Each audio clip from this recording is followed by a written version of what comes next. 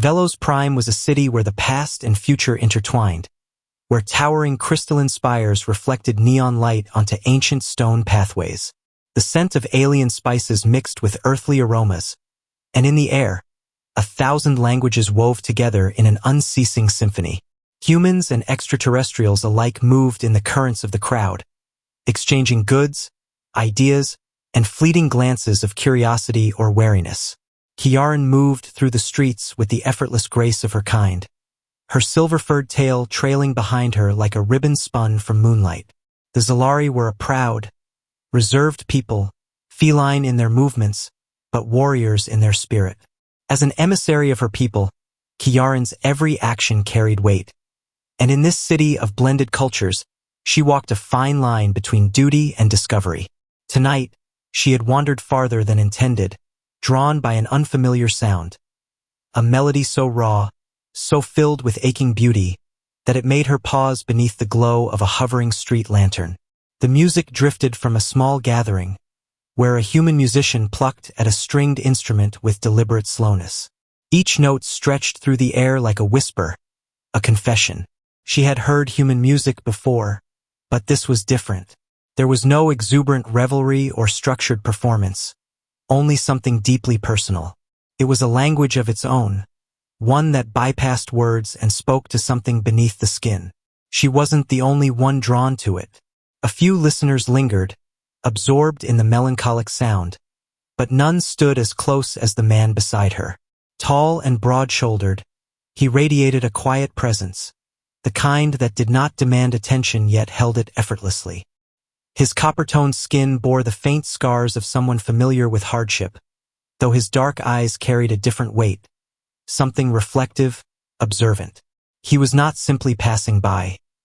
He was listening, truly listening, as though he understood the unspoken meaning behind each note.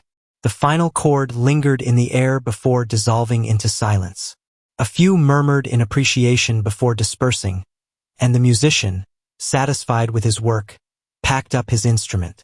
Kiaran made to step away, but the man beside her spoke first. "That was incredible," he said, his voice rich but quiet, as though speaking too loudly would disturb the lingering echo of the song. She turned her gaze to him, studying his features in the dim light.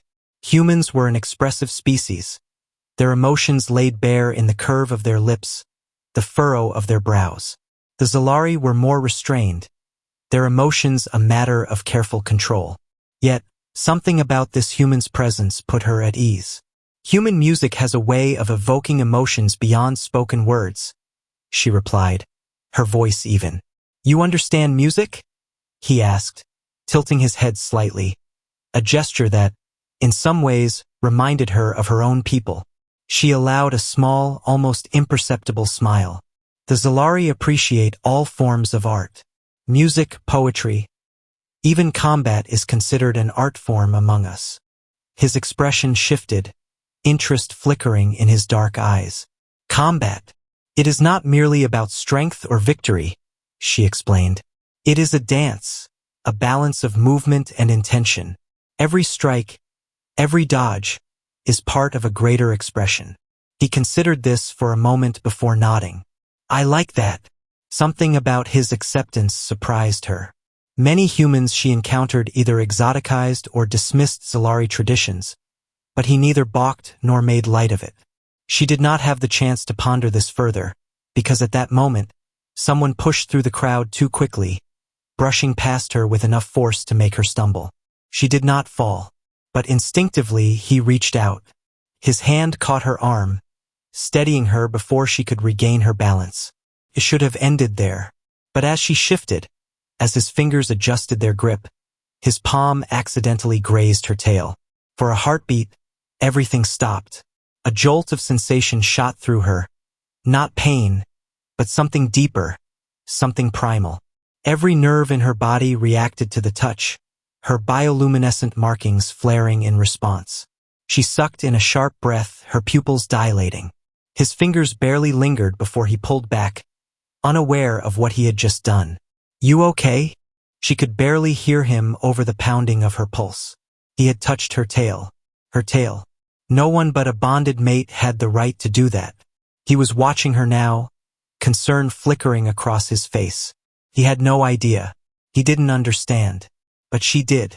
The moment his skin had made contact, the bond had begun forming.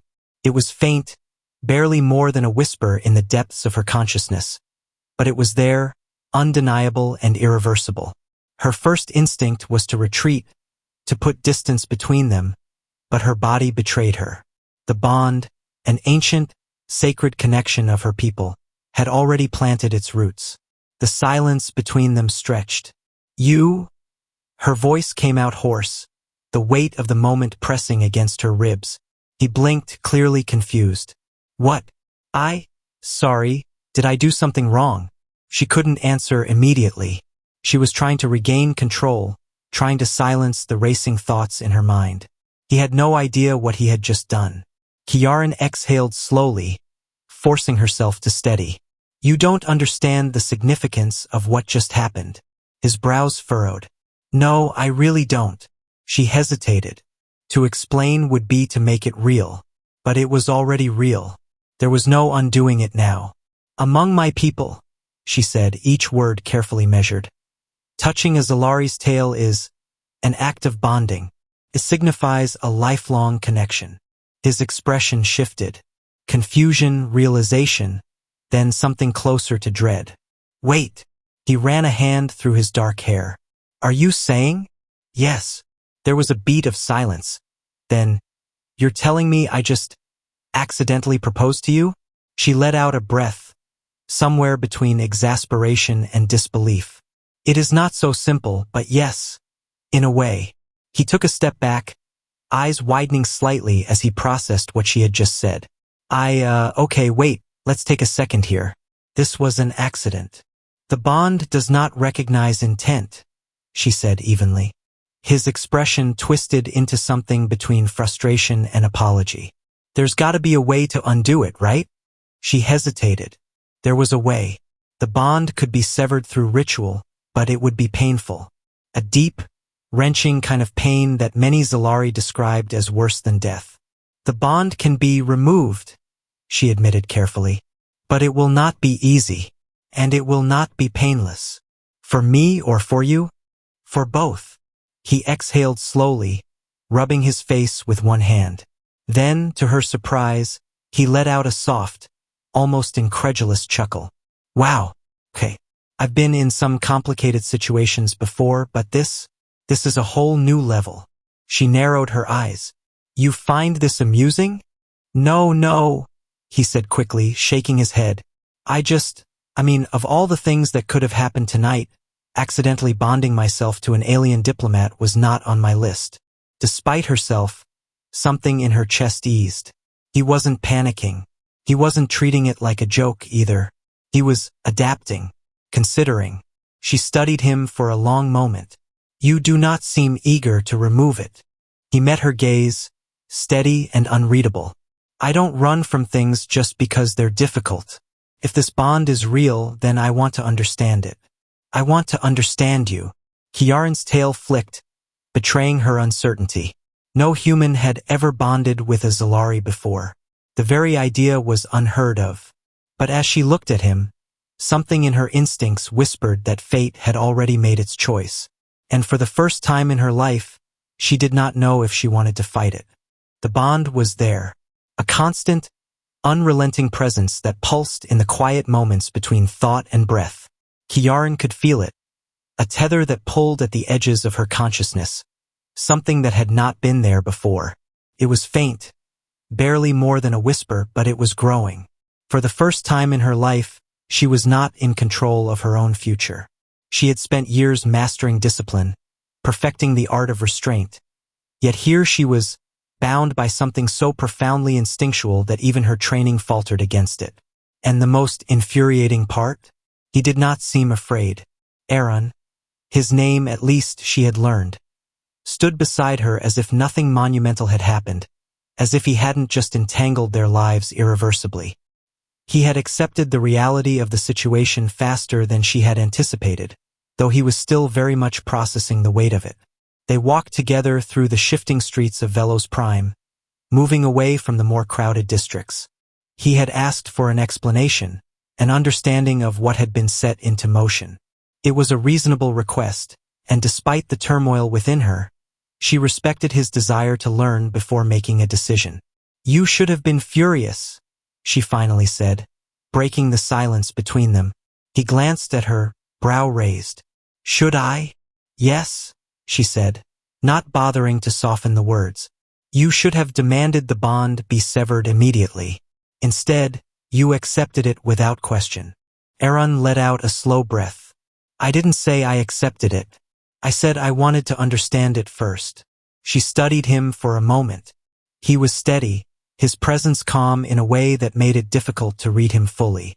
Most humans she had met carried a certain restlessness about them, an urgency in the way they moved, spoke, even breathed. But Aaron was different. He didn't rush to fill the silence, nor did he seem inclined to panic at the unknown. It unsettled her. "The Zalari bond is not a fleeting thing," she warned. "It is permanent. Sacred." "Sacred," he echoed, thoughtful. "Is it marriage?" Her tail flicked sharply at the word. "Marriage is a human construct. Our bond is deeper, more absolute." Aaron's lips pressed into a line. "So, what happens now?" Kiaran exhaled, lifting her gaze to the distant skyline where the glow of Velos Prime's highest spires shimmered like stars against the night. Normally, when a bond is formed, the pair would undergo the ceremonial rites to solidify it. And if they don't, they grow weaker. She hesitated before continuing. "It is painful to resist. The longer one fights it, the more unbearable it becomes. The bond does not allow for uncertainty." Aaron absorbed this quietly. "And you? What do you want?" The question caught her off guard. No one had ever asked her that before. She had always been bound by duty, by tradition. Her life had been carefully structured from the moment she was chosen to serve as an emissary. Every step had been planned, every choice weighed with the interests of her people in mind. What did she want? She opened her mouth to respond, but no words came. Aaron tilted his head. "You don't know." The observation made something tighten in her chest. He was right, and it unsettled her more than anything else that had happened that night. She picked up her pace, as if moving faster would help her escape the conversation. He kept up effortlessly, though he said nothing more, giving her space to wrestle with her thoughts. The streets grew quieter as they left the bustling center of the city. They stopped near the entrance to the diplomatic quarter, where the pathways were lined with luminous trees that swayed gently, their bioluminescence pulsing in slow, rhythmic waves. "This is where I leave you," she said finally, turning to face him. Aaron crossed his arms, regarding her with a measured gaze. "And what happens tomorrow?" She hesitated. "The bond will not fade overnight," she admitted. "And I must report this to the Zalari High Council." "Sounds serious." "It is." For the first time, she saw a flicker of concern in his expression. "What happens if they don't approve?" She had been avoiding that question, because the answer was not one she wanted to give. "They may demand the bond be severed." Aaron exhaled through his nose. "And that painful process you mentioned?" "Yes." He studied her, something unreadable in his gaze. Then, to her surprise, he let out a soft, humorless chuckle. "Fate really has a sense of humor," he muttered. Kiaran narrowed her eyes. "You are remarkably calm about all of this." He shrugged. "What good would panicking do?" She had no response to that. Aaron nodded toward her tail, which she had unconsciously wrapped around herself in a defensive gesture. "Does it hurt?" She blinked. "The bond," he clarified. "You said resisting it causes pain." Kiaran hesitated before answering. "It is not pain in the way you understand it. It is a growing pressure, a pull. The longer it is ignored, the stronger it becomes." His expression darkened slightly. "And for you, it's already started." She didn't confirm it, but the silence was enough. Aaron ran a hand over his face. "All right," he said after a moment. "Let's figure this out. Together." She frowned. "You do not have to be involved. It is a Zalari matter." But I am involved, he countered. Whether we like it or not, this happened to both of us. So whatever happens next, I think I should at least have a say in it. His reasoning was sound. She hated that it was sound. Against all logic, a part of her wanted to believe him, to trust that he would not treat this as a mistake to be erased. But that was dangerous. Hope was dangerous. Still, she found herself nodding. Very well, she said. Tomorrow we will meet again. Aaron gave a small, lopsided smile. Looking forward to it, she did not smile back. Because tomorrow she would have to face the High Council. And she had no idea what their judgment would be. The Zalari High Council chamber was a place of solemnity. Its towering walls carved from obsidian-like stone that absorbed light rather than reflected it. Bioluminescent glyphs lined the chamber, shifting with slow, deliberate pulses in accordance with the speakers' voices. The air carried the scent of sacred oils, a scent Kiaran had known since childhood, one associated with duty, judgment, and the weight of tradition. She stood in the center of the chamber, her posture rigid, her tail wrapped tightly around one leg in a subconscious attempt to steady herself. The council sat in a crescent formation, their robes shimmering in hues of violet and deep indigo, the colors of wisdom and power. Aaron stood beside her, arms at his sides, unreadable as he took in the grandeur of the chamber. He was the only human here, an outsider in every sense. Yet, he did not fidget or glance around in discomfort. He simply waited, as patient as the stone beneath their feet. Counselor Viren, the eldest among them, regarded Kiaran with piercing golden eyes. You have called this assembly under circumstances most unusual. Kiaran inclined her head. Yes, honored counselor. Counselor Ulize, a younger but no less formidable presence, narrowed her gaze. A bond between a Zalari and a human? This has never occurred before. The bond does not recognize species, Kiaran said evenly. It is a force beyond our choosing. Perhaps, Viren acknowledged. His gaze shifted to Aaron. Human, do you understand the significance of what has transpired? Aaron exhaled slowly before speaking. I understand that this bond is important to your people, that it's permanent. His voice was steady, measured. What I don't understand is why it's such a problem. A murmur rippled through the council members, some exchanging glances of disapproval. Counselor Uli's expression darkened. The Zalari bond is sacred. It is the foundation of our kinships, our alliances. It is not something taken lightly, and it is not something we have ever shared with outsiders. Aaron met her gaze without hesitation. I didn't ask for this, neither did Kiaran. But it happened. And that is precisely why we must consider the consequences. Viren said, his tone grave. This bond will change more than just your lives. It will change everything. Silence followed his words. Kiaran knew the truth of them. She had spent the long hours of the night thinking through every possibility. If she accepted the bond, it would set a precedent that could disrupt centuries of tradition. If she denied it, if she allowed the severance to take place, she would endure agony beyond comprehension. But it was not just about the pain. Severing the bond would mean rejecting something fundamental, something fate had placed before her. I request that the bond be given a trial period, she said suddenly, the words escaping before she had fully considered them. Another ripple of murmurs. Uli's expression turned sharp. A trial? Kiaran stood firm. If this bond is a mistake, it will not last. But if it is true, then to sever it would be to deny what is natural. Viren studied her, silent for a long moment. Then he turned his gaze to Aaron. And you? Would you accept such a trial? Aaron glanced at Kiaran before answering. I don't know what this bond means. Not fully. But I do know I don't want to just throw it away without understanding it. A long pause. Then Viren let out a slow breath. The council will deliberate, he said finally. Remain here until we reach our verdict. Kiaran and Aaron were led to an adjacent chamber, a quieter, smaller space where only the soft hum of energy conduits broke the silence. They waited, the air between them heavy with unspoken thoughts. After what felt like an eternity, Kiaran finally spoke. You could have walked away. Aaron's lips twitched into something that wasn't quite a smile. Could I? She turned to face him fully. This is not your world. Not your people. Yet you stand here as if it is. He met her gaze, unwavering. Maybe because I don't think fate makes mistakes. Her breath caught slightly. Before she could respond, the doors opened, and a council aide motioned them back into the main chamber. Viren stood as they entered. His golden eyes held the weight of something final.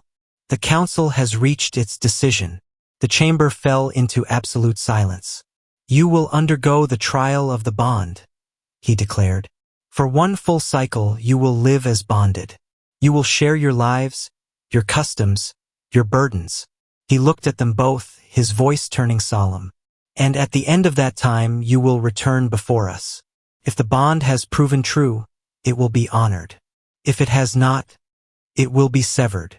The words settled over Kiaran like an inescapable truth. This was no longer just a matter of instinct or fate. For the first time in Zalari history, a human and a Zalari would stand as bonded. And whatever happened next, neither of them would leave this trial unchanged. The trial of the bond began the next morning. Kiaran had lived her life in control, moving with precise intention, dictated by duty and tradition. But now, she shared her days with a human whose presence disrupted everything she had known. Aaron was patient in ways she did not expect. He asked questions but never pushed. He observed but did not judge. He treated their situation not as a burden but as something to be understood. They spent time learning each other's worlds. Kiaran introduced him to the rhythms of Zalari life, the ceremonial gatherings where thoughts were shared in silence, the way her people communicated through subtle shifts of tale and posture.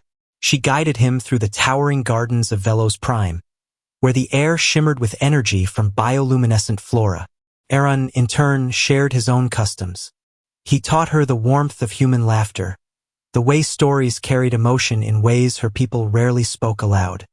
He took her to human districts where scents of foreign spices filled the air, where music played without reason other than to bring joy. They grew accustomed to each other in small ways. She learned the steady cadence of his footsteps, the way he tilted his head when in thought. He noticed the subtle shifts of her tail when she was frustrated or amused. But the bond was not just familiarity, it was something deeper. It was a presence that wove between them, making them aware of each other even when apart. When she was restless at night, she knew he could feel it. When he was troubled by memories of home, she felt the weight of it in her own chest. One evening, as they stood atop a viewing platform overlooking the glowing city, Aaron broke the silence between them. What happens if we pass the trial? He asked. Kiaran exhaled. Then the bond will be honored. It will be made permanent. He studied her. And if we fail? She hesitated. The council will sever it. Aaron's gaze darkened.